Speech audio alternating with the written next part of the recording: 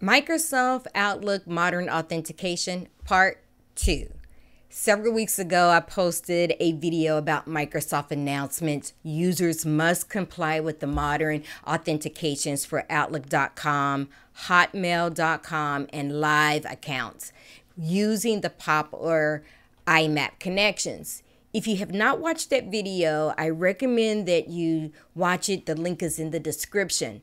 I received many comments and questions about how to download the correct application because there's just so much, information that is out there. And I've also received a question about what the heck is POP or IMAP connections. And I'm going to address that in this video. Keep in mind, this video is for non-tech savvy users. So what is POP and IMAP connections? In non-techie terms, these methods determine how your message interact with the email server. The email server is under the hood. You don't even know about it. POP is really for downloading your message to your mailbox, and then it deletes it from the server. The email is only available on one device or when it's offline. Whereas with IMAP downloads, the emails go to your mailbox and it stays on the server. That's what makes it available to all your devices, and this includes your PC, mobile, and tablet.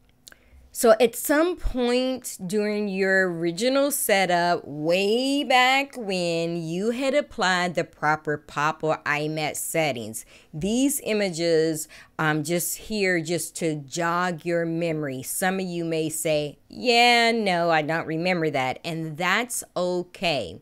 I have chosen to bypass on showing you how to verify this information and spend more time on setting up modern authentications.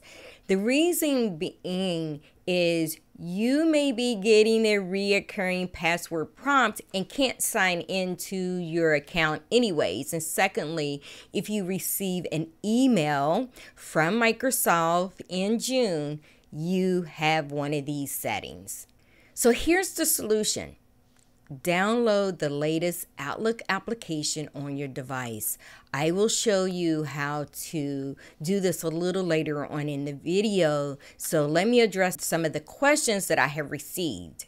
So one of the questions was, which browsers are supported? And as you can see on the screen, you can continue using the following browsers as long as you have the approved version. How do you know if you have the correct browser version? Regardless of what browser you are using, if you see, up in the banner that says update now on your screen, you should consider updating it. Knowing that the look and feel of your new browser, depending on when the last time you updated, may look different. So don't be alarmed if your browser looks different after you update it. Another question that I've been receiving is multi-factor authentication, sometimes known as MFA, is it required? And the answer is no, it is not required, but it is an added protection for your account. I recommend that let's comply with the modern authentication first, since its deadline is September the 16th. And I will have a separate video on how to set up for MFA. So let's talk about mobile devices. You can download the app from these sites that's listed here. I will have the links available. And I do have a video for Android devices on how to uninstall the Mail and Calendar app and how to install the correct Outlook app and show you how to add your accounts. So take a look at that video.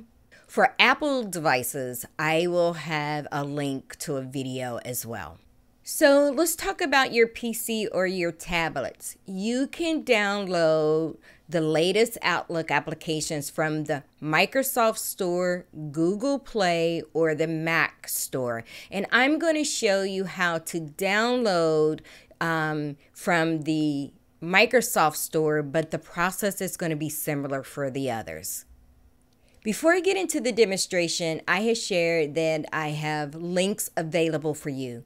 If you are on my YouTube channel, click on the community tab, look for this post, and click on read more, and all the links are available to you. If there's a video that is associated with it, you will see an icon where there is a video. So hope this makes it easier for you to get to additional resources.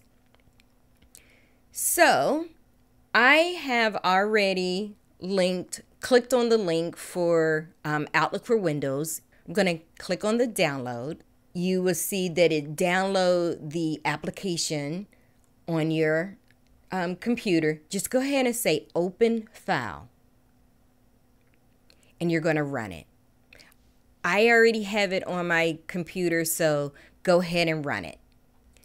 The next screen you will see is for you to enter in your email address. Select Next. I'm going to enter in my password. Do I want to stay signed in? I can say yes. And I've entered into my account. If you need to add another email address or another account, click on your profile here in the top right corner. Sign in with a different account. Click on it. Use another account. And you're going to go through that process again. If you found this information valuable, go ahead and give me a thumbs up and subscribe to my channel for more Microsoft tricks, tips, and news. Now, go work your magic.